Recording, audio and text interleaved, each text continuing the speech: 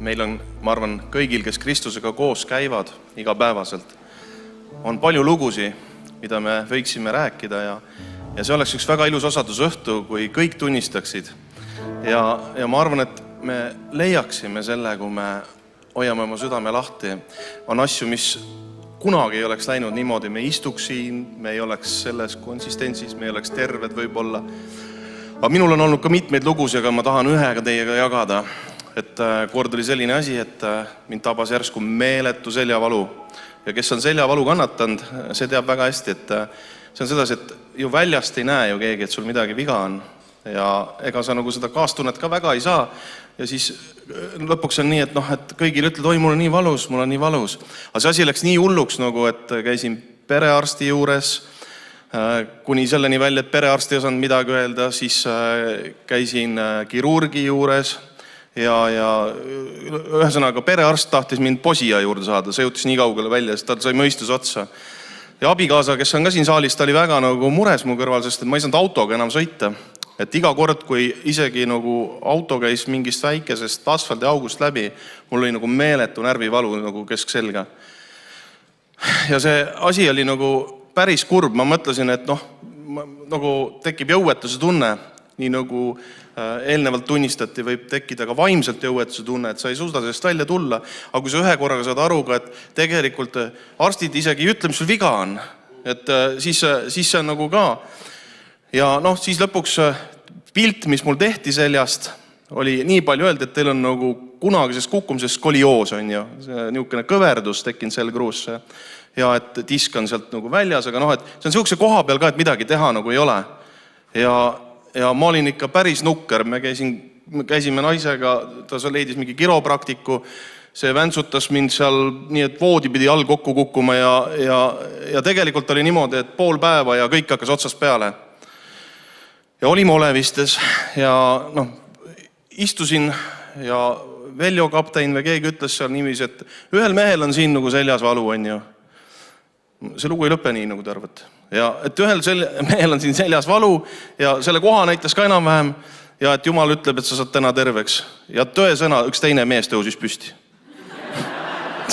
Ja ma olin niivõrd masenduses, ma mõtlesin, et miks Jumal? Et miks? Ja ma sain aru, et ei olnud nii, et kaks meest sai terveks, tema sai terveks. Kuskil ta tunnistab sellest täna võib-olla.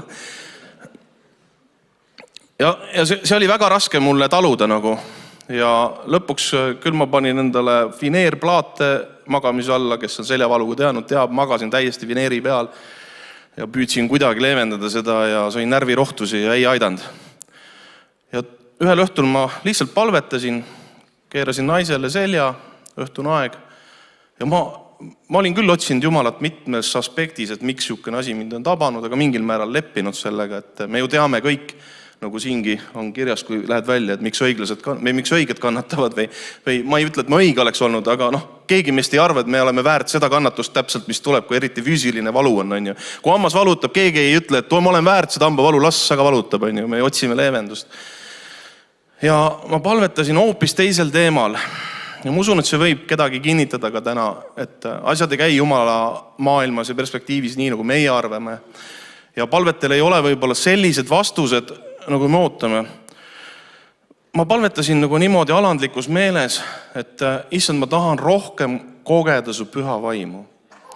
Ja ma tundsin, ja ma tõesti ütlen teile, et mitte võltsalandusena, aga ma tundsin, et ma justkui ei ole nii vääriline, aga Jumal, anna mulle natukenegi oma püha vaimu, et ma võiksin selle najal elada ja seda kogeda.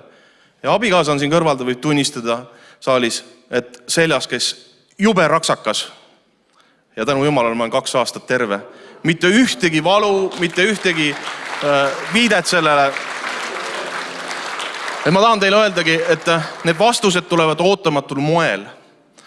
Ja võib-olla see oli minu rist. Võib-olla Jumal tahtiski seda kuulda mu suust.